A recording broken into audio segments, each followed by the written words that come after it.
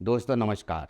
दोस्तों आज की इंडियन पॉलिटी की क्लास में हम लोग राज्यपाल के बारे में जानेंगे। राज्यपाल की नियुक्ति किस तरह से होती है, क्या क्या अर्हताएं होती हैं राज्यपाल को के नियुक्ति को लेकर के। राज्यपाल जैसा कि राज्य का प्रमुख होता है, जिस प्रकार से राष्ट्रपति जो है का पद होता है देश के लिए, उसी प्रकार राज्य में राज्यपाल का पद होता है। और राष्ट्रपति के वही कार्य जो केंद्र सरकार के अधीन आते हैं, उसी प्रकार से राज्य सरकार जो है उसके परामर्श से राज्यपाल कार्य करते हैं। तो भाग 6 में अनुच्छेद संख्या 153 से 162 के बीच में राज्यपाल के बारे में दिया गया है। और स्टार्ट करने से पहले सभी से मेरा ये निवेदन है कि जो लोग नए हैं और या फिर जिन्होंने अभी तक चैनल सब्सक्राइब नहीं किया है, चैनल सब्सक्राइब कर लें और बेल आइकन दबा दें, ताकि जो भी नया वीडियो अपलोड हो उसकी जानकारी आपको मिल जाए। तो इस स्टार्ट करने से पहले मैं ये भी कहूँगा कि पूरे वीडियो को आप देखिएगा, बीच में स्किप मत करिएगा। स्किप करेंगे तो हो सकता है कुछ इम्पोर्टेंट बातें जो मैं कहूँ और बोर्ड पे ना लिखी हों, या कह सकते हैं कि स्लाइड्स पर ना लिखी हों, तो हो सकता है कि वो आप स्किप करने से वो बातें छूट जाएं, वो इम्पोर्टेंट पॉइंट्स छूट जाएं जो कि परीक्षा संबंध को लेकर के बहुत ही उपयोगी हों। तो स्टार्ट करते हैं आज की क्लास को राज्यपाल के बारे में। सबसे पहले तो भाग 6 में राज्यपाल के बारे में दिया गया है अनुच्छेद संख्या 153 से 162 के बारे में। तो भारत के संघ के समान राज्यों में भी संसदीय शासन प्रणाली को अपनाया गया है। यहाँ पर हम एक बात जरूर कहेंगे कि भारत राज्यों का संघ है, ऐसा अनुच्छेद संख्या 1 में कहा गया है भारतीय संविधान में। तो इसीलिए जो है संघ की जो शक्तियाँ हैं वो भाग 5 में दे रखी हैं, और जो राज्य की शक्तियाँ हैं वो भाग 6 में दे रखी हैं। उसके बाद भाग 7 जो है वो निरसित कर दिया गया है, संविधान से हटा दिया गया है। और भाग 8 में केंद्र शासित प्रदेशों के बारे में, उनकी शक्तियों के बारे में दे रखा है।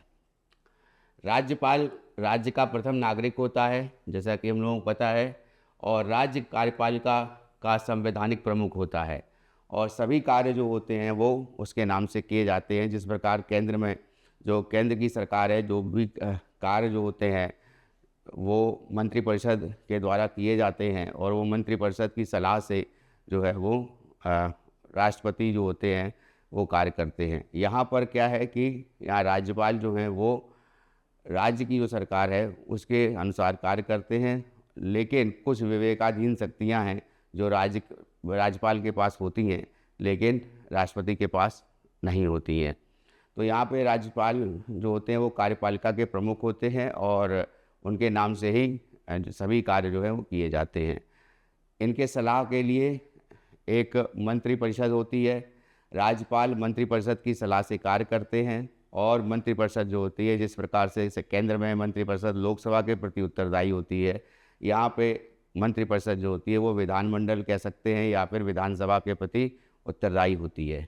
ठीक है। तो राज्यपाल को सहायता और सलाह देने के लिए एक मंत्रिपरिषद होती है। राज्यपाल मंत्रिपरिषद के सलाह के अनुसार कार्य करते हैं, और मंत्रिपरिषद सामूहिक रूप से विधानसभा के प्रति उत्तरदायी होती है। संवैधानिक रूप से अगर देखा जाए तो राज्यपाल का दर्जा जो है वो सबसे ऊपर होता है राज्य में। तो राज्य की कार्यपालिका शक्ति जो है वो राज्य में निहित होती है, और वास्तविक रूप से जो कार्यपालिका शक्ति होती है वो मंत्रिपरिषद के पास होती है। तो मंत्रिपरिषद का प्रयोग जो है उसके द्वारा किया जाता है, शक्तियों का प्रयोग, और वो मंत्रिपरिषद जो होती है सलाह देने के लिए होती है राज्यपाल को। ठीक। अब सबसे पहले आते हैं अनुच्छेद संख्या 153 में, जिसमें कहा गया है कि प्रत्येक राज्य का एक राज्यपाल होगा। क्या एक से अधिक राज्यों का एक राज्यपाल हो सकता है? तो 1956 में 7वां संविधान संशोधन किया गया था संविधान में, और इस संशोधन के तहत ये कहा गया था कि एक ही व्यक्ति है जो है वो 2 या 2 से अधिक राज्यों का राज्यपाल हो सकता है, नियुक्त किया जा सकता है राष्ट्रपति के द्वारा। तो संविधान के 7वें संविधान संशोधन अधिनियम 1956 के द्वारा एक ही व्यक्ति को 2 या अधिक राज्यों का राज्यपाल नियुक्त किया जा सकता है। राज्यपाल की नियुक्ति कौन करता है? राष्ट्रपति करता है राज्यपाल की नियुक्ति, और वो केंद्र सरकार या कह सकते हैं मंत्रिपरिषद की सलाह से करता है। अनुच्छेद 155 में राष्ट्रपति द्वारा राज्यपाल की नियुक्ति का प्रावधान किया गया है संविधान में। राष्ट्रपति उस व्यक्ति को किसी राज्य का राज्यपाल नियुक्त करता है जिसे केंद्र सरकार द्वारा नामांकित किया जाता है, या कह सकते हैं मंत्रिपरिषद द्वारा नामांकित किया जाता है। और राज्यपाल को दूसरे कार्यकाल के लिए भी जो है नियुक्त किया जा सकता है। अब राज्यपाल का कार्यकाल कितना होता है, तो यहाँ पर बात आती है कि राज्यपाल जो है उसकी नियुक्ति राष्ट्रपति करता है, और राष्ट्रपति जो नियुक्ति करते हैं राज्यपाल की, वो जो भी अनुशंसा करती है मंत्रिपरिषद केंद्र सरकार की, उन्हीं की अनुशंसा के हिसाब से इनकी नियुक्ति होती है। और इनका टेन्योर जो होता है वो राष्ट्रपति के प्रसाद पर्यंत तक होता है। राष्ट्रपति इनके टेन्योर को जो है कम समय में भी इनको जो है वहाँ से पदमुक्त कर सकता है इनके कर्तव्यों से। और अगर राज्यपाल को टेन्योर बढ़ाना है तो अमूमन रखा जाता है कि ये देखा गया है कि टोटल जो टेन्योर रखा जाता है वो जिस प्रकार से राज्य सरकार या केंद्र सरकार का टेन्योर होता है 5 साल, तो 5 साल का कार्यकाल होता है सरकार का, तो उसी प्रकार से जो है 5 साल का कार्यकाल ये आमतौर पर राज्यपाल का रखा जाता है। लेकिन संविधान में जो दिया गया है वो ये दिया गया है कि राज्यपाल जो है वो प्रसाद पर्यंत तक, राष्ट्रपति के प्रसाद पर्यंत तक जो है वो बना रहता है। तो और जो जैसा कि प्रैक्टिकल रूप में बताया कि वो 5 साल के लिए होता है, तो 5 साल के बाद भी राज्यपाल जो है दोबारा नियुक्त किए जा सकते हैं, ये प्रावधान भी संविधान में है। तो राज्यपाल की अर्हताएं क्या हैं? अर्हताओं को लेकर के अनुच्छेद संख्या 157 में दिया गया है, और 2 मेजर अर्हताएं जो है अनुच्छेद संख्या 157 में दे रखी हैं। पहला तो वह भारत का नागरिक होना चाहिए, और दूसरा जो है उसकी आयु 35 वर्ष से अधिक होनी चाहिए। यहाँ पे एक बात इम्पॉर्टेंट है कि भारत का नागरिक होना जन्म से ये आवश्यक नहीं है। भारत का नागरिक होना आवश्यक है, लेकिन जन्म से भारत का नागरिक होना आवश्यक यहाँ पर नहीं है। राज्यपाल को नियुक्ति में वो जन्म से नागरिक अगर नहीं भी है तो भी उसको राज्यपाल नियुक्त किया जा सकता है। ठीक है, तो राज्यपाल को जन्म से भारत का नागरिक होना आवश्यक नहीं है। राज्यपाल संसद के किसी सदन का, अगर मान लीजिए किसी सदन का सदस्य है, या फिर राज्य विधानमंडल में विधानसभा का या विधान परिषद का सदस्य है, तो यदि वो राज्यपाल के लिए उम्मीदवार बनता है तो उसकी जो सदस्यता है वो स्वतः ही समाप्त हो जाती है। तो उसको जो है उसकी जब सदस्यता जो है समाप्त हो जाती है तो वो राज्यपाल के लिए उम्मीदवार बनता है ना। और साथ साथ में ये भी है कि राज्यपाल जो है जब एक उम्मीदवार के लिए, राज्यपाल के लिए उम्मीदवार के लिए खड़ा होता है कोई व्यक्ति, तो उस केस में क्या होता है कि जितनी भी उसके, मान लीजिए अगर कोई ऐसे पद पर बैठा हुआ है जो लाभ का पद है, या केंद्र सरकार या राज्य सरकार के अधीन जो किसी भी विभाग का कर्मचारी है, तो अगर ऐसे व्यक्ति को जो है नॉमिनेशन करता है कोई व्यक्ति, उम्मीदवार बनता है राज्यपाल के लिए, तो या फिर राष्ट्रपति के द्वारा जो है नियुक्त किया जाना होता है, तो उस केस में भी वो लाभ का पद उसको धारण नहीं करना होता है, लाभ के पद को त्याग करना पड़ता है। ठीक है, ये अनुच्छेद 158 में कहा गया है। ठीक है, तो राज्यपाल जो है संसद में किसी सदन का और किसी राज्य के विधानमंडल का किसी सदन का सदस्य नहीं हो सकता है। यदि वह किसी सदन का सदस्य है तो राज्यपाल के पद पर नियुक्त की तिथि से उस सदन में उसका स्थान रिक्त समझा जाता है, यानी ऑटोमेटिकली वो जो है वो सदन का सदस्य नहीं रहता है। ठीक है, और वह कोई लाभ के पद पर धारण नहीं कर सकता है। ये अनुच्छेद 158 में ऐसा प्रावधान किया गया है संविधान में। उसके बाद आते हैं अनुच्छेद 156 के मुख्य प्रावधान क्या क्या हैं। तो 156 में बेसिकली दे रखा है कि राज्यपाल की अर्हताएं क्या हैं। तो पहला तो है कि राज्यपाल जो है राष्ट्रपति की इच्छा पर या राष्ट्रपति के प्रसाद पर्यंत जो है पद धारण करता है, और राष्ट्रपति जो है वो किसी भी समय राज्यपाल को हटा सकता है। और दूसरी जो इम्पोर्टेंट बात है कि राज्यपाल जो है राष्ट्रपति को संबोधित अपने हस्ताक्षर से जो है के द्वारा जो एक लेटर के माध्यम से जो है अपने पद को त्याग भी सकता है अपने स्वेच्छा से। और जो राज्यपाल का जो टेन्योर होता है वो टेन्योर स्टार्ट होता है कि जिस वक्त वो शपथ लेता है। तो शपथ लेने के जैसे ही वो राज्यपाल पद की शपथ लेता है वैसे ही वो राज्यपाल का टेन्योर उसका स्टार्ट हो जाता है व्यक्ति का। और जब वो टेन्योर स्टार्ट हो जाता है तो टोटल टेन्योर जो है वो 5 साल का लगभग जो प्रैक्टिकल में है वो माना जाता है। लेकिन चूँकि 5 साल के लिए सरकार चुनते हैं और राज्य को लेकर के इसमें ये बात भी है कि जो 1983 में सरकारिया आयोग जो बना था केंद्र राज्य संबंध को लेकर के, तो उसमें राज्यपाल को के लिए जो भी सिफारिशें की गई थी उसमें ये भी सिफारिश थी कि राज्य का राज्यपाल हमेशा उस व्यक्ति को बनाया जाएगा जो उस राज्य से संबंधित ना हो या वहाँ की राजनीति से प्रेरित ना हो और उस राज्य में वो जन्मा ना हो।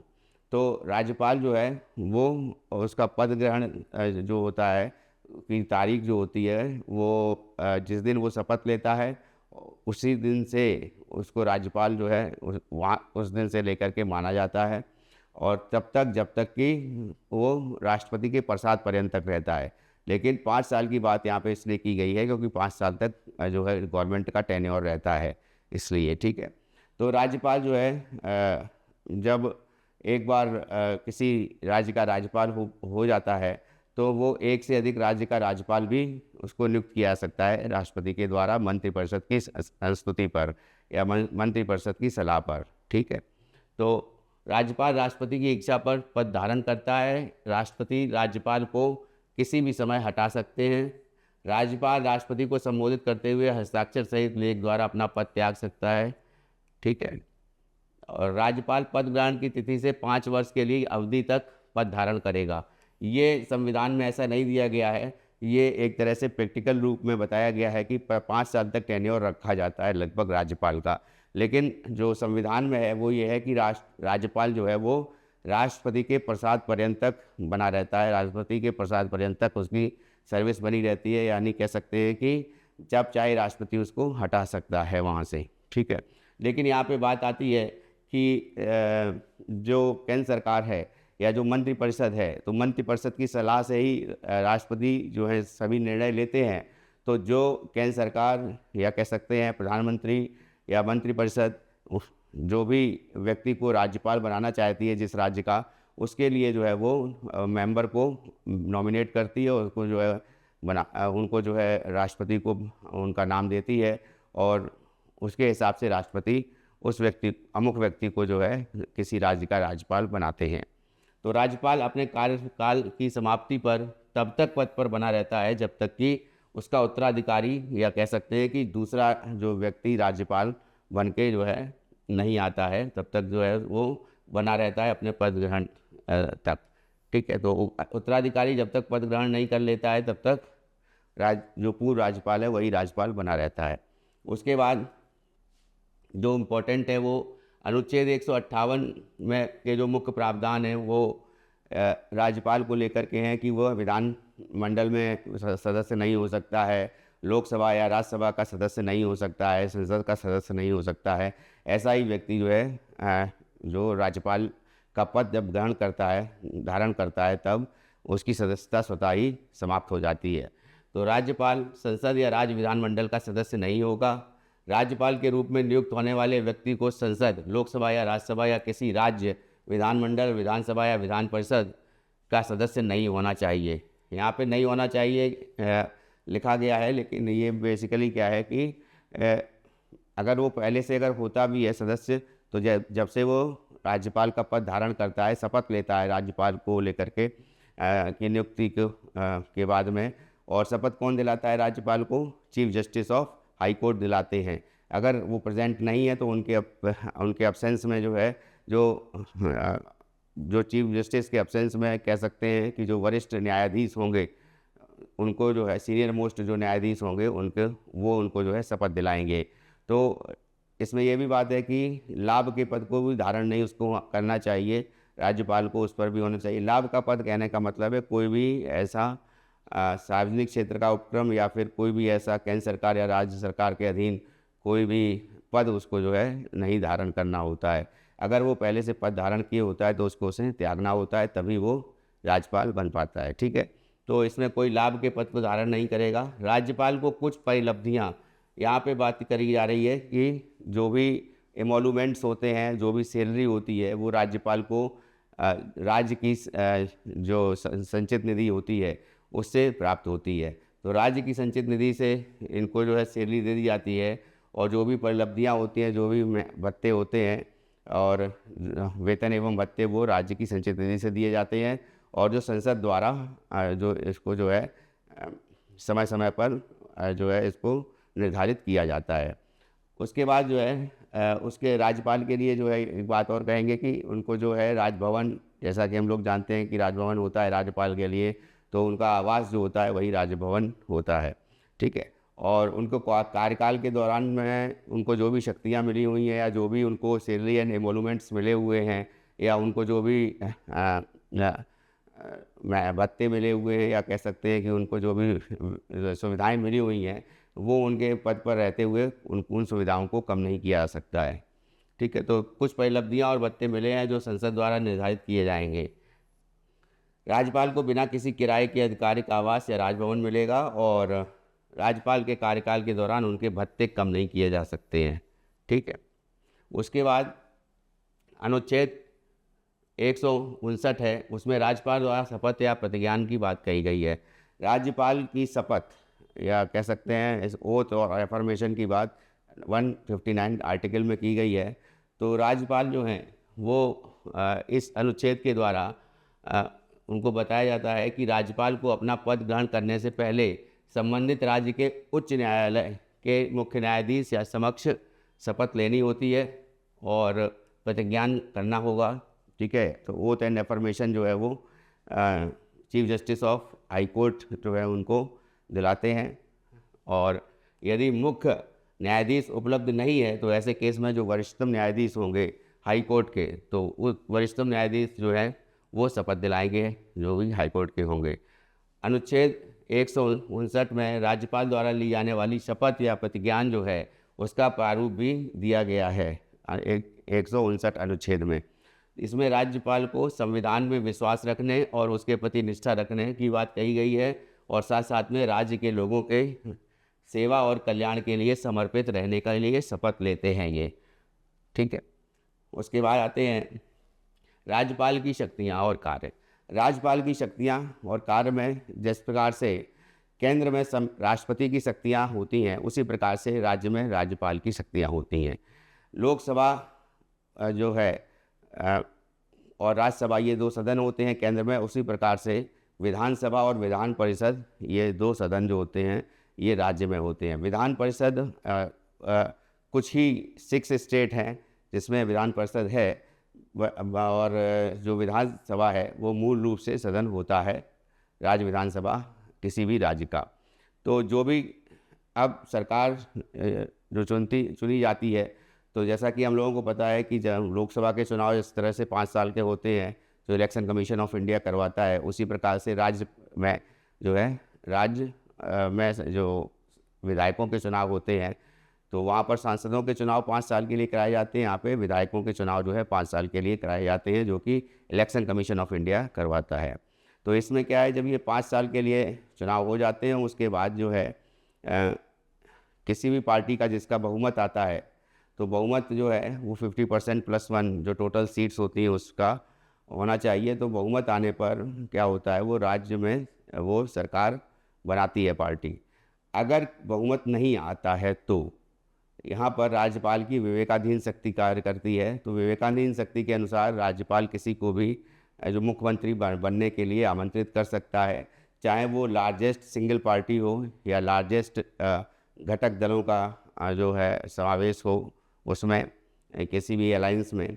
तो अलायंस में ऐसा रहता है कि जैसा कि हम लोग जानते हैं कि केंद्र सरकार के में, या फिर हम लोग जब राष्ट्रपति के बारे में हम लोगों ने जब अध्ययन किया था, तो पाया था कि राष्ट्रपति जो है ये जब ज़्यादातर जो है ऐसे ही व्यक्ति को जो है ये प्रधानमंत्री बनने के लिए या उसके लिए मंत्रिपरिषद के लिए उसको आमंत्रित करता है, जो कि सिंगल लार्जेस्ट पार्टी होती है या फिर लार्जेस्ट जो होती है अलायंस होती है।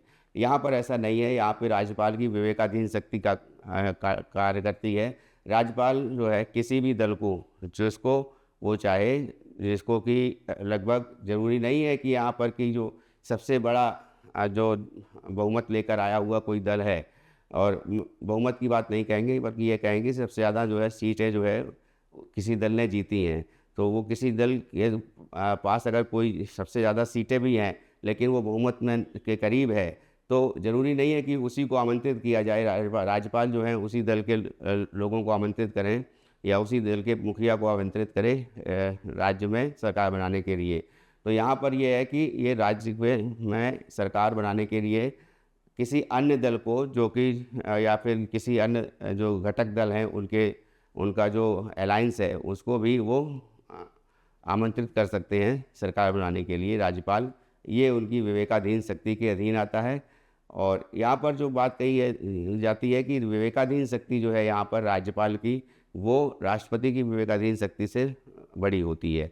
तो अनुच्छेद 154 एक में उसके अनुसार राज्य की कार्यपालिका शक्ति जो होती है वो राज्यपाल में निहित होती है, और वह इसका प्रयोग संविधान के अनुसार स्वयं और अपने अधीनस्थ अधिकारियों द्वारा करेगा। तो उनके अधीनस्थ अधिकारी कौन हो गए? अधीनस्थ अधिकारी कहने का मतलब है जो सरकार में मंत्रिपरिषद होती है। उसके बाद राज्य के समस्त प्रशासकीय कार्य, जो भी एडमिनिस्ट्रेटिव डिसीजन है या एग्जीक्यूटिव पावर होती है, तो उसके बारे में हम बात कर रहे हैं, कार्यपालिका शक्ति के बारे में बात कर रहे हैं। तो जो भी प्रशासकीय कार्य हैं राज्यपाल के नाम से ही संपादित किए जाते हैं राज्य के। अब जिस प्रकार से केंद्र में जो है विधेयक की जो होते हैं, तो विधेयक जैसे सामान्य विधेयक है या धन विधेयक है, तो जो है उन विधेयकों को पारित होने के बाद में सदन के बाद में राष्ट्रपति के पास जो है जाता है वो विधेयक, और राष्ट्रपति के पास जाने के बाद में राष्ट्रपति जो है उस पर अपनी संस्तुति भी दे सकते हैं। साधारण विधेयक है तो उसको वापस भी कर सकते हैं मंत्रिपरिषद को दोबारा या फिर संसद के सदनों को दोबारा, ताकि दोबारा से उसको चर्चा करी जाए। तो इसको जो है दोबारा वापस भेज सकते हैं, और साथ साथ में क्या है कि या तो वो अपने पास जो है उसको अनिश्चित काल के लिए रख लेते हैं, जिसको पॉकेट वीटो जैसे कहा जाता है।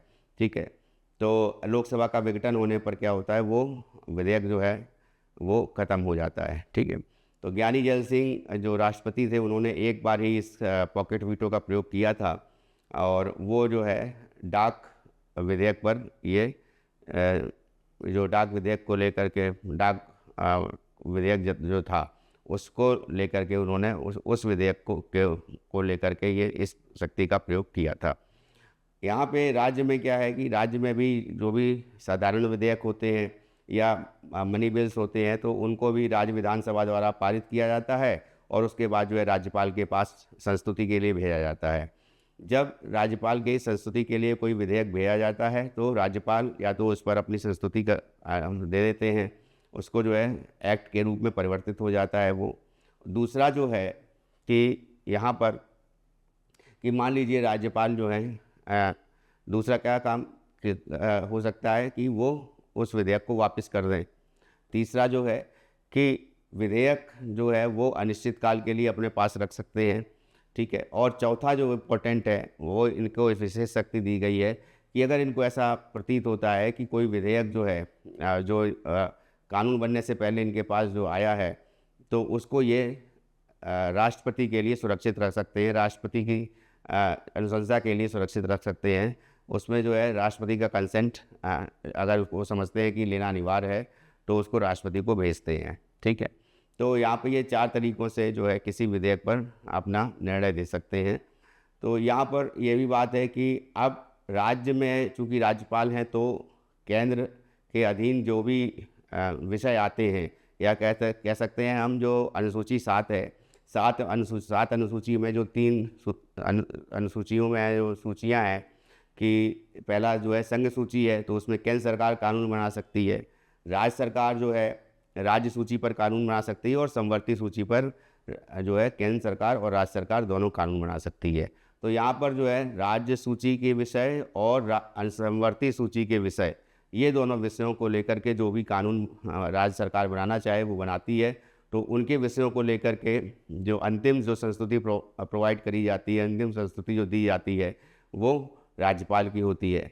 तो राज्यपाल किसी विधेयक को किस प्रकार से उसको पास करते हैं या उसको जो है वापस करते हैं, इसके बारे में भी हमने चर्चा करी।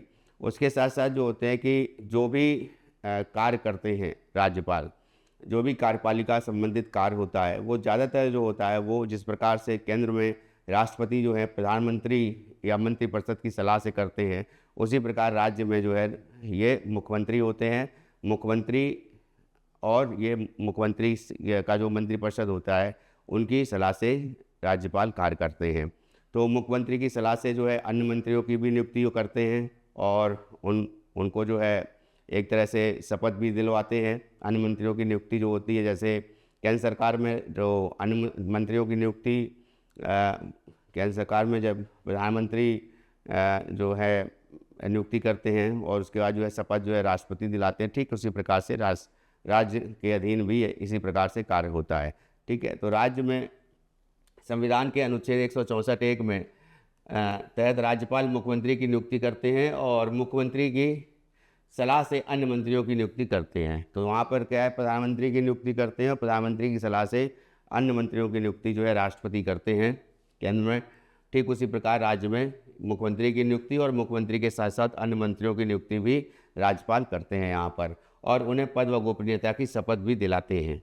ठीक है, राज्य का प्रत्येक मंत्री जो है राज्यपाल के प्रसाद पर्यंत पर अपना पद धारण करता है। ये बहुत इंपॉर्टेंट है कि जहाँ केंद्र सरकार में एक और जो है कहा जाता है कि प्रधानमंत्री जो है उसका टेन्योर 5 साल होता है और वहाँ पर राष्ट्रपति के पास ये शक्ति नहीं होती है कि राष्ट्रपति जो है अपनी जो है विवेक से किसी भी प्रधानमंत्री को या फिर किसी भी मंत्री को वो पदमुक्त कर दे। तो यहाँ पर जो है कि वहाँ पर प्रधानमंत्री की सलाह से ही वो ऐसा करता है।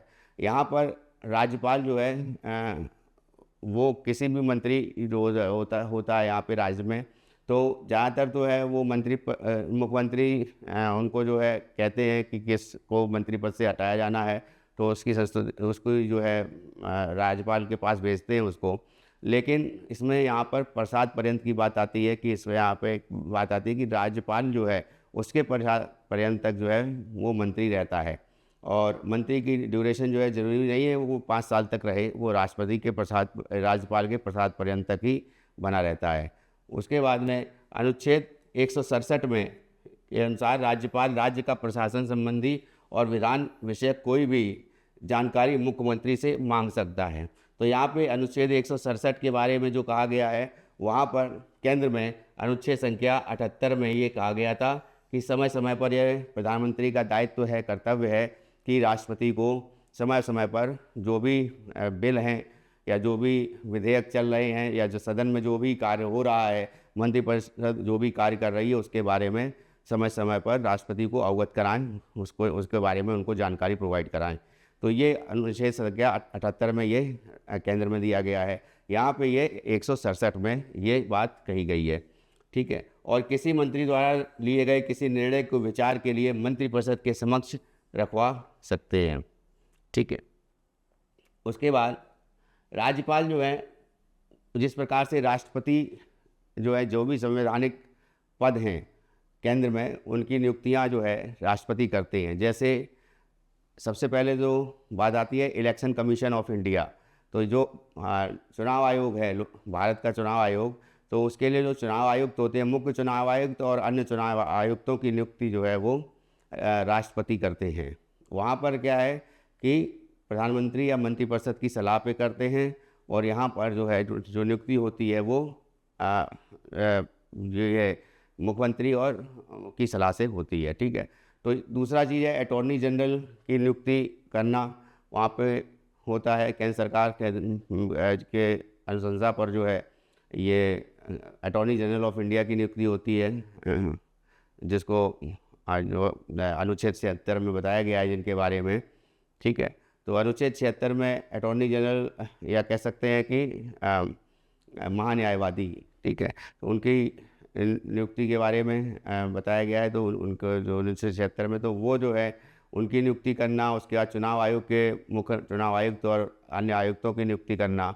उसके अलावा जो है नंबर तीसरा और भी जैसे जो सुप्रीम कोर्ट है उसकी चीफ जस्टिस की नियुक्ति करना, और उसके साथ साथ जो है अन्य जजों की नियुक्ति करना, सुप्रीम कोर्ट के और हाई कोर्ट्स के चीफ जस्टिस की नियुक्ति करना भी ये जो कार्य हैं जो राष्ट्रपति के हैं। उसी प्रकार CAG हैं, controller and auditor general of India हैं, जो नियंत्रक एवं मालिका परीक्षक हैं, उनकी नियुक्ति करना। और जो SC/ST कमीशन है, तो जो अनुसूचित जाति आयोग है और अनुसूचित जनजाति आयोग है, ये दोनों आयोगों के जो चेयरमैन होते हैं, अध्यक्ष होते हैं, उनकी नियुक्ति करना। साथ साथ में जो है राज्य में राज्यपालों की नियुक्ति करना। ये सभी जो है कार्य जो है, जो नियुक्तियां जो होती हैं संवैधानिक पदों की नियुक्तियां, ज़्यादातर जो है वो संघ लोक सेवा आयोग जो है उसके सदस्यों की और उसके अध्यक्ष की नियुक्ति करना, ये सभी राष्ट्रपति करते हैं केंद्र में। उसी प्रकार से राज्य में एक चुनाव आयोग होता है, उसके चुनाव आयोग के चुनाव आयुक्त की नियुक्ति करते हैं, मुख्य चुनाव आयुक्त की नियुक्ति करते हैं। तो राज्य में जो चुनाव आयोग होता है वो बेसिकली किसके लिए होता है? पंचायतों के लिए और नगर पालिकाओं के चुनाव कराने के लिए। और केंद्र में जो चुनाव आयोग होता है वो लोकसभा राज्यसभा के चुनाव कराना, और लोकसभा के और जो चुनाव होते हैं और साथ साथ में विधानसभा के चुनाव कराना उसकी जिम्मेदारी होती है। यहाँ पर जो है ये पंचायतों के चुनाव कराना, या ग्राम प्रधान के चुनाव कराना, या ब्लॉक स्तर पर जो ब्लॉक प्रमुख हैं उनके चुनाव कराना। उसके बाद नगर स्तर पर जो है नगर निगम के चुनाव होते हैं या नगर पालिका के चुनाव होते हैं, उन सभी को जो है वो करवाते हैं, ठीक है। तो उसके साथ साथ जिस तरह से UPSC कमीशन है, संघ लोक सेवा आयोग है, तो राज्यों का लोक सेवा आयोग होता है। तो लोक सेवा आयोग के अध्यक्ष और उनके जो साथ साथ में उनके सदस्य होते हैं, उनकी नियुक्ति जो है राज्यपाल करते हैं। उसके साथ साथ जो है राज्य निर्वाचन आयोग की मैंने बता दिया। उसके अलावा जो है जैसे चांसलर होते हैं, कुलपति होते हैं विश्वविद्यालयों के, उनकी नियुक्ति करते हैं। और हाई कोर्ट के चीफ जस्टिस की सलाह से जो है वो जिला न्यायालयों के न्यायाधीशों की नियुक्ति जो है वो राज्यपाल करते हैं। तो जो भी राज्य के जो संवैधानिक बॉडी हैं उनमें उनके जो प्रमुख हैं और उनके जो सदस्य हैं उनकी नियुक्ति जो है वो राज्यपाल करते हैं। राज्य के महाधिवक्ता की नियुक्ति भी राज्यपाल करते हैं। तो जिस प्रकार से अटॉर्नी जनरल होता है वहाँ पर केंद्र में, उसी प्रकार से यहाँ पर राज्य का महाधिवक्ता होता है, ठीक है।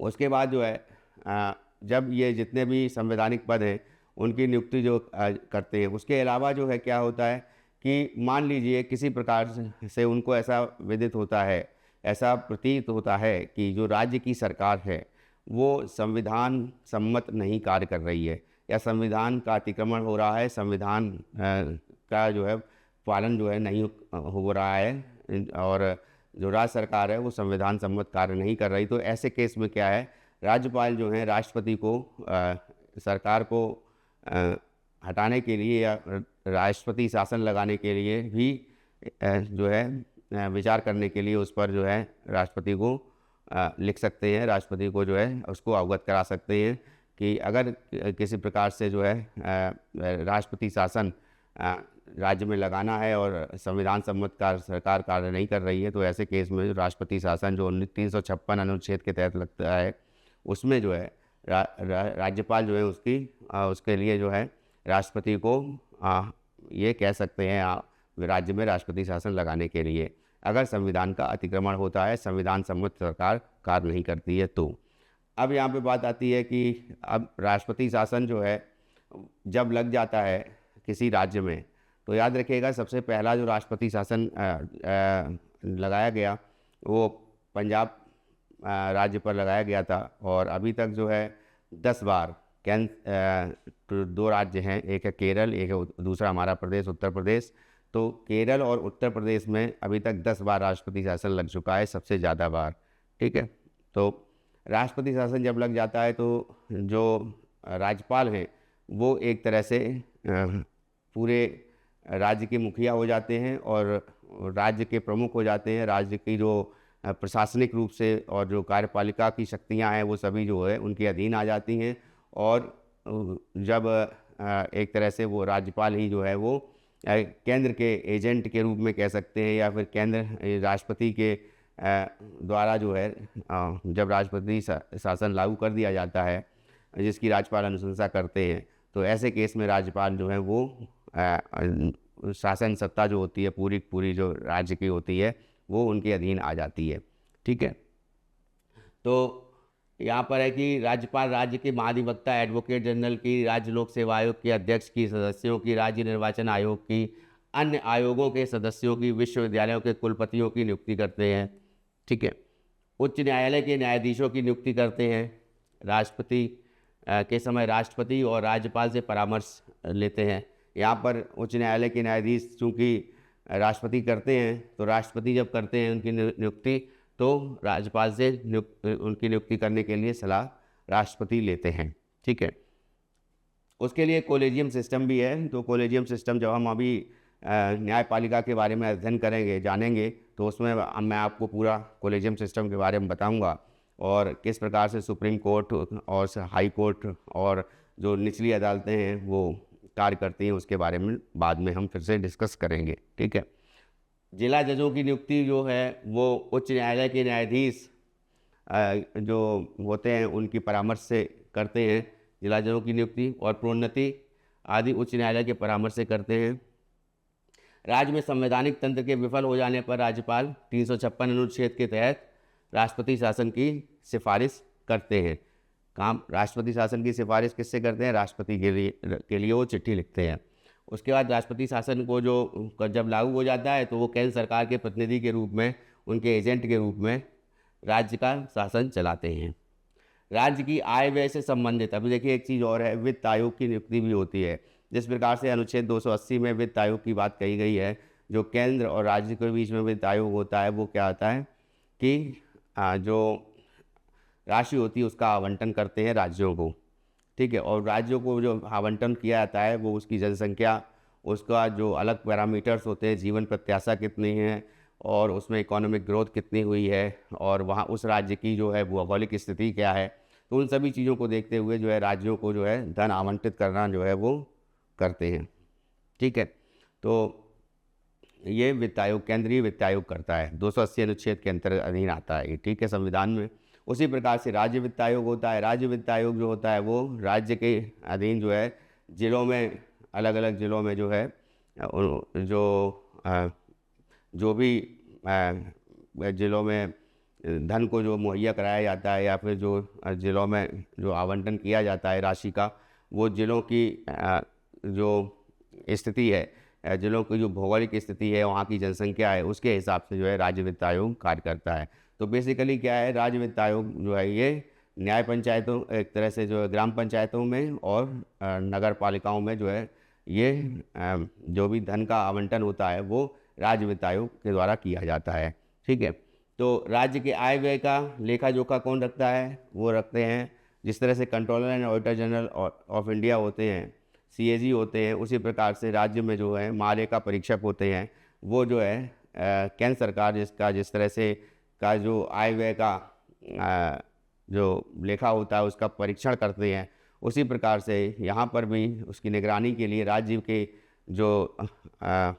जो भी आय व्यय का लेखा जोखा है उसकी निगरानी के लिए यहाँ पर भी एक कंट्रोलर जनरल होते हैं, जो महालेखा परीक्षक होते हैं। वो उसका जो है आय व्यय का जो भी इंस्पेक्शन होता है, जांच होती है, वो जांच करते हैं। ठीक है, और उस रिपोर्ट को जो है वो राज्यपाल जो है सदन में, राज्य विधानसभा में रखवाते हैं। ठीक है, तो राज्य के आय व्यय के संबंध में महालेखा परीक्षक का प्रतिवेदन प्राप्त करते हैं और उन्हें विधानमंडल के समक्ष रखता है। ठीक है, उसके बाद न्यायिक शक्तियाँ क्या हैं? तो न्यायिक शक्तियों में जो है एक इम्पॉर्टेंट बात यह है कि जितनी भी इम्पोर्टेंट जो नियुक्तियां हैं न्याय को लेकर के, न्यायपालिका को लेकर के, तो उसके लिए जो है जैसे सुप्रीम कोर्ट और हाई कोर्ट की नियुक्ति जो है कि चीफ जस्टिस और अन्य जजों की नियुक्तियां जो है वो राष्ट्रपति, प्रधानमंत्री और मंत्रिपरिषद की सलाह से करते हैं।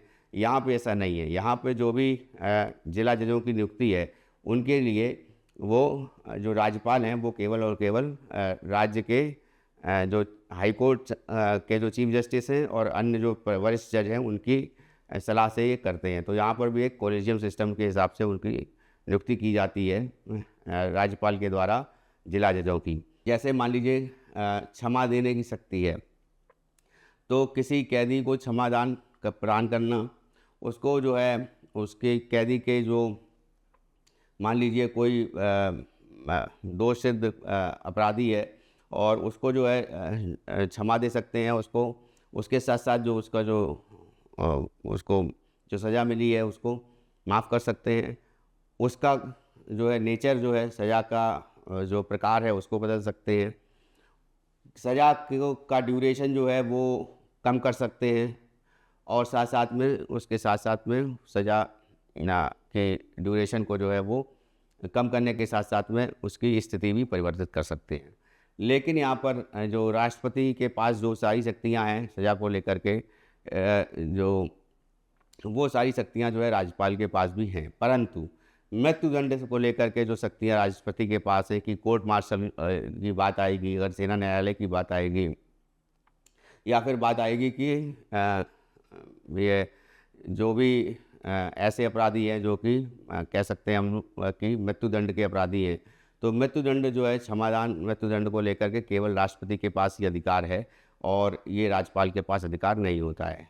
अन्य मामलों के केस में ये राष्ट्रपति के पास जो अधिकार हैं वो राज्यपाल के पास भी होते हैं राज्य को लेकर के। तो यहाँ पर क्या है कि राज्य न्यायपालिका को लेकर के ये अधिकार राज्यपाल के पास होते हैं, लेकिन केंद्र में जो है ये संपूर्ण जो देश है उसकी न्यायपालिका को लेकर के जो भी अधिकार हैं वो राष्ट्रपति के पास होते हैं क्षमा दान के। ठीक है, तो राज्यपाल जो है वो अनुच्छेद 161 के तहत उन विषयों से संबंधित किसी विधि के विरुद्ध जिन पर राज्य की कार्यपालिका शक्ति का विस्तार है, किए गए किसी अपराध के लिए दोष सिद्ध किए गए किसी व्यक्ति को दंड की क्षमा यानी पार्डन कर सकते हैं। उसके साथ उसका प्रविलंबन कहने का मतलब है कि रिप्राइव्स कहने की, मान लीजिए उसको जो है कोई सज़ा मिली हुई है किसी ड्यूरेशन की, किसी ड्यूरेशन तक उसको जो है मान लीजिए 7 साल की सज़ा मिली है या 5 साल की सज़ा मिली है किसी व्यक्ति को, या 10 साल की सज़ा मिली है, तो उसका जो है ड्यूरेशन कम कर सकते हैं। ठीक है, उसके साथ साथ विराम रेस्पाइट्स यानी उसकी सज़ा को जो है एक तरह से उसको विराम दे सकते हैं, रोक सकते हैं, परिहार कर सकते हैं, या उसी को जो कहेंगे विराम देना ही परिहार होता है। ठीक है, करने की शक्ति जो है ये सभी जो है ये राज्यपाल के पास होती है राज्य में। लेकिन यहाँ पे मृत्युदंड से संबंधित कोई भी शक्ति जो है राज्यपाल के पास नहीं होती है, जो कि राष्ट्रपति के पास होती है। तो मृत्युदंड के क्षमा को लेकर के राष्ट्रपति के पास ही केवल ये शक्ति है। अतः राज्यपाल को राज्य सूची तथा संवर्ती सूची के विषयों को लेकर के कोई भी अगर अपराध किया गया है इन विषयों से संबंधित, तो ही राज्यपाल जो है इस क्षमा देने के लिए जो है किसी अपराधी को, किसी जो मुजरिम है या कह सकते हैं कि कोई अपराधी है, कोई दोषी है व्यक्ति, तो उसको जो है जब उसका दोष सिद्ध हो जाता है तो उसको जो है उसके लिए सज़ा दी जाती है। वो सज़ा को जो है वो माफ़ कर सकते हैं राज्य सूची के विषय को लेकर के, संवर्ती सूची के विषय को लेकर के अगर वो सज़ा दी जाती है। तो यहाँ पर देखिए केंद्र सूची के विषय को लेकर के नहीं कहा जा सकता, क्योंकि वो केंद्र सूची के विषयों पर कानून जो है वो केंद्र सरकार बनाती है। संवर्ती सूची के विषयों पर कानून केंद्र सरकार और राज्य सरकार दोनों बना सकते हैं, और अगर एक ही विषय पर 2 कानून आते हैं, केंद्र सरकार के द्वारा भी बनाया जाता है और राज्य सरकार के द्वारा भी बनाया जाता है, तो केंद्र सरकार का कानून जो है वो उस पर लागू होता है। ठीक है, तो विषयों के संबंधित कोई विधि के विरुद्ध किए गए अपराधों के लिए क्षमादान आदि की शक्ति इनको प्रदान की गई है। राज्यपाल को मृत्युदंड को क्षमा करने की अधिकार नहीं है, ना ही संघ सूची के विषयों से संबंधित विधि के विरुद्ध किए गए अपराध को या सेना न्यायालय, जैसा कि मैंने कहा था, कोर्ट मार्शल के द्वारा दिए गए किसी दंडादेश को क्षमा करने का अधिकार राष्ट्रपति को है, लेकिन इनको नहीं है। तो यहाँ पर राज्यपाल को ये अधिकार नहीं है। राज्यपाल को यहाँ पर जो अधिकार है, न्यायिक अधिकार जो है, इनकी शक्तियाँ हैं जो वो सीमित हैं। ठीक है, उसके बाद आते हैं विवेकीय शक्तियाँ। देखिए विवेकीय शक्तियाँ जो है ये बहुत इंपॉर्टेंट है। यहाँ पे राज्यपाल की जो विवेकीय शक्तियाँ हैं वो बहुत ज़्यादा हैं, विस्तार से उसको जो है देखते हैं हम लोग। तो अनुच्छेद 163 में संविधान के अनुच्छेद 163 में एक में जो है राज्यपाल की कुछ विवेकी शक्तियाँ प्रदान की गई हैं, जिसका प्रयोग मंत्रिपरिषद के परामर्श के बिना कर सकते हैं। मंत्रिपरिषद के परामर्श के बिना, ये मोस्ट इम्पॉर्टेंट है, ठीक है। तो सबसे पहले तो जैसे क्या है कि राज्य में जो है राज्य विधानमंडल में अगर कोई विधेयक पारित होता है, ठीक है, तो वो क्या करते हैं कि उसको जो है विधेयक को वो राष्ट्रपति के लिए जो है अपने पास जो है उसको राष्ट्रपति के पास भेजने के लिए जो है विचार करने के लिए राष्ट्रपति को भेजने के लिए वो रख सकते हैं, ठीक है। तो उसके बाद जो है उसके साथ साथ जो है कोई भी विधेयक जो है वो जैसा कि मंत्रिपरिषद में है कि के द्वारा जो जब भेजा जाता है राष्ट्रपति को, तो वो कोई भी साधारण विधेयक पुनर्विचार के लिए द्वारा वापस भेज सकते हैं राष्ट्रपति केंद्र में। उसी प्रकार यहाँ पर भी ऐसा होता है साधारण विधेयक को लेकर के, ठीक है। बाकी संवैधानिक तंत्र की जो जब विफल हो जाता है, जिस प्रकार जो संविधान सम्मत अगर सरकार कार्य नहीं कर रही होती है, तो जब संविधान का अतिक्रमण होता है राज्य सरकार के द्वारा, तो ऐसे केस में क्या होता है कि राज्य में राष्ट्रपति शासन लगाने की अनुशंसा या एक तरह से जो है सिफारिश कर सकते हैं राष्ट्रपति से, ठीक है। उसके बाद जो है अध्यादेश जारी करने की जो शक्ति है वो राष्ट्रपति को अध्यादेश जारी करने की शक्ति है केंद्र सूची के विषयों पर और समवर्ती सूची के विषयों पर। उसी प्रकार से राज्य सूची और समवर्ती सूची के विषयों पर जो अध्यादेश जारी करने की जो शक्ति है वो राज्यपाल के पास है, ठीक है।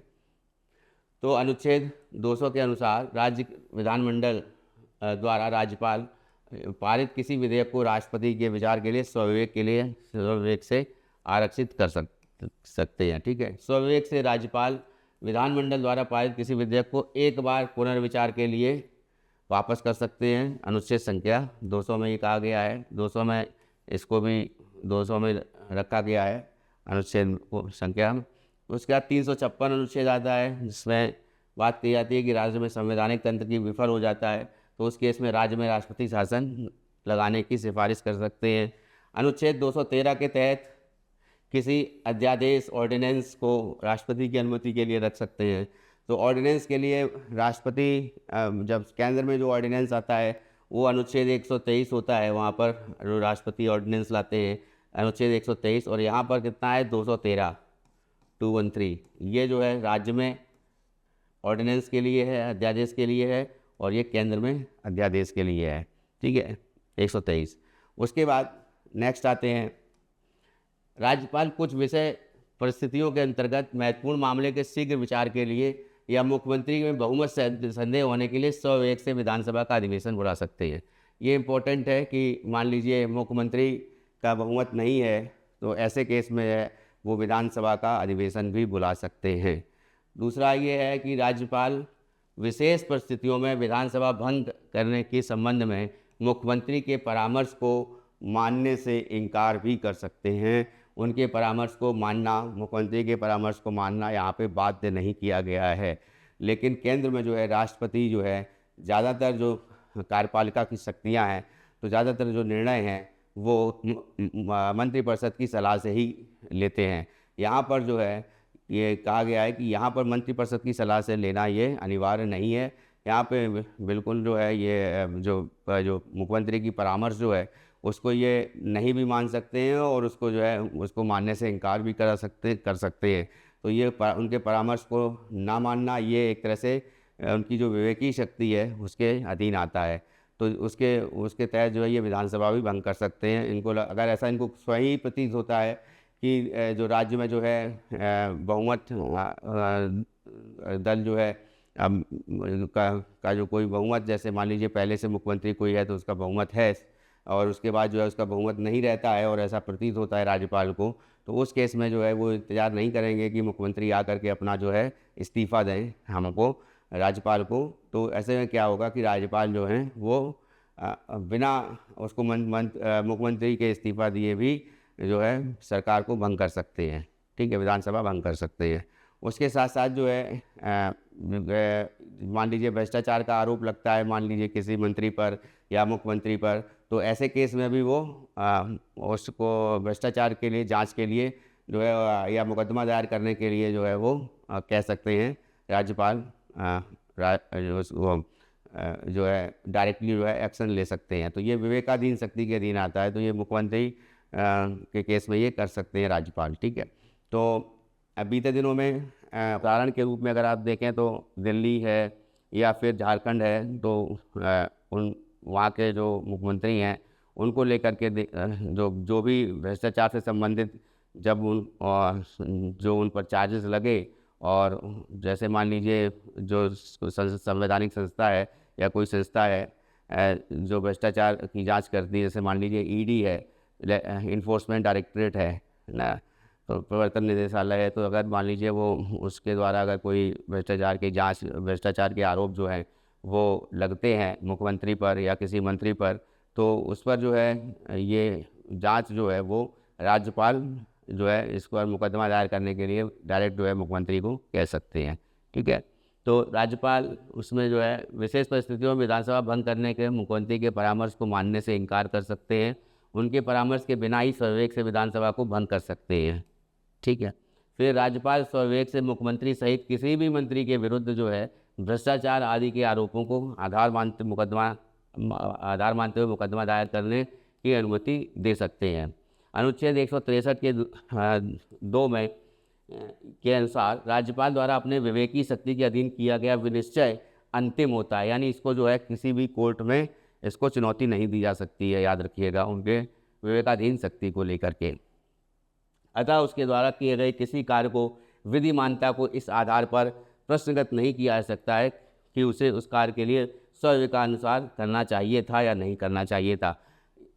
फिर भी जो है फेडरल सिस्टम है, चूँकि हमारे देश में जो है राज्य सरकार की भी स्वायत्ता है, तो ऐसे केस में क्या होता है, केंद्र राज्य संबंध को लेकर के कि या राज्य संबंध को लेकर, या 2 से अधिक राज्य एक तरफ हैं और अन्य राज्य एक तरफ हैं या केंद्र एक तरफ है, तो ऐसे जो निर्णय होते हैं, तो ये जो एक तरह से ये जो मूल कार्य जो होता है वो सुप्रीम कोर्ट का इनके बीच में जो मतभेद होता है, मत एकता का अभाव होता है, तो उसके उन कन्फ्लिक्ट को लेकर से जो भी मुकदमे जो दायर किए जाते हैं उनको सुप्रीम कोर्ट को में सुना जाता है, और सुप्रीम कोर्ट समय समय पर जो है अपनी टिप्पणी देता है और समय समय पर अपना निर्णय प्रदान करता है, जो कि संविधान सम्मत होता है, उसको लगता है, ठीक है। फिर आते हैं कि मुख्यमंत्री की नियुक्ति। अब मुख्यमंत्री की नियुक्ति, जैसा कि मैंने बताया कि बहुमत प्राप्त नहीं है अगर किसी दल का या फिर गठबंधन का, तो निश्चित नहीं है कि वो उसी को जो है कोई सबसे बड़ा जो दल है और जिसको सबसे ज़्यादा सीटें मिली हुई है राज्य में, उसी को आमंत्रित, उसी के व्यक्ति को जो है मुख्यमंत्री बनने के लिए आमंत्रित करे। तो ज़रूरी नहीं है ऐसा, वो किसी अन्य दल को जो द्वितीय स्थिति में है, सेकंड लार्जेस्ट पार्टी है, या फिर सेकंड पोजीशन पे जो मान लीजिए अलायंस आया है, गठबंधन आया है, तो उस केस में जो क्या होता है कि वो राज्यपाल जो है उनको भी आमंत्रित कर सकते हैं सरकार बनाने के लिए, ठीक है। तो मुख्यमंत्री की नियुक्ति के समय जब किसी भी दल का या गठबंधन का स्पष्ट बहुमत प्राप्त ना हो, या बहुमत प्राप्त दल या गठबंधन का कोई निश्चित नेता ना हो, ठीक है, तो राज्यपाल ऐसी स्थिति में मुख्यमंत्री की नियुक्ति अपने विवेक से करते हैं। यदि राज्यपाल की राय में विधानसभा में सरकार का बहुमत समाप्त हो गया है, तो वह मुख्यमंत्री को त्यागपत्र देने के लिए या बहुमत साबित करने के लिए कह सकते हैं। अगर उनको ये विनिश्चय हो गया है कि विधानसभा में सरकार का बहुमत अब नहीं रहा है, तो उसको जो है बहुमत सिद्ध करने के लिए कह सकते हैं, ठीक है, या मुख्यमंत्री को त्यागपत्र देने के लिए कह सकते हैं। यदि वह दोनों में से किसी बात के लिए तैयार नहीं होते हैं, तब भी जो है राज्यपाल जो है अपने जो उनका खुद का डिसीजन हो सकता है राज्यपाल का कि वो मंत्रिपरिषद को भंग कर सकते हैं और मुख्यमंत्री को बर्खास्त भी कर सकते हैं। तो ऐसे केस में क्या होता है कि वह दोनों में से किसी बात के लिए तैयार ना हो, तो राज्यपाल मंत्रिपरिषद को भंग कर सकते हैं और मुख्यमंत्री को बर्खास्त कर सकते हैं। इसी प्रकार जब विधानसभा द्वारा अविश्वास प्रस्ताव पारित कर दिया गया हो और मंत्रिपरिषद त्यागपत्र नहीं दे रही हो, तब उस केस में भी जो वो विधानसभा को भंग कर सकते हैं, तो राज्यपाल मंत्रिपरिषद को भी भंग कर सकते हैं, ठीक है। तो मंत्रिपरिषद को भंग करना यानी कि विधानसभा भंग हो जाएगी, फिर से चुनाव 5 साल के टेन्योर से पहले ही मान लीजिए अगर ऐसा होता है, तो जो चुनाव होंगे वो चुनाव आयोग के द्वारा मुख्य जो इलेक्शन कमीशन ऑफ इंडिया है उसके द्वारा जो है चुनाव करवाया जाएगा राज्य में, और उसके आधार पर जो है फिर से जो है सरकार जो भी पार्टी बहुमत में आती है उसको सरकार बनेगी। ठीक है, तो इस प्रकार से जो है ये हमने पूरा राज्यपाल के बारे में पढ़ा। और इससे संबंधित अगर कोई भी आपको दिमाग में अगर कोई प्रश्न आ रहा है तो निश्चित बात है आप उसको कमेंट सेक्शन में जो है डाल करके उस क्वेश्चन को पूछ सकते हैं, उसका आंसर मैं कमेंट में दे दूँगा। ठीक है, और मेरा ये कहना है, आप लोगों से गुजारिश फिर है मेरी कि हमारे चैनल को प्रमोट करिए, हमारे चैनल को सब्सक्राइब करिए। सब्सक्राइब करने के साथ साथ जो है बेल आइकन तो आपको दबाना ही है, ताकि जो भी नया वीडियो अपलोड हो उसकी जानकारी आपको मिल जाए। साथ साथ में कमेंट करिए आपको जो है वीडियो कैसा लगा, क्लास में जो है जो क्या क्या चीज़ें समझ में आई और उनका स्तर क्या रहा। और साथ साथ में जो है अगर आपको वीडियो अच्छा लगता है तो लाइक भी करिए और साथ साथ में शेयर भी करिए, ताकि अन्य लोगों तक भी इसके बारे में जो है जानकारी प्राप्त हो। तो आज की क्लास को यही विराम देते हैं। बहुत बहुत धन्यवाद।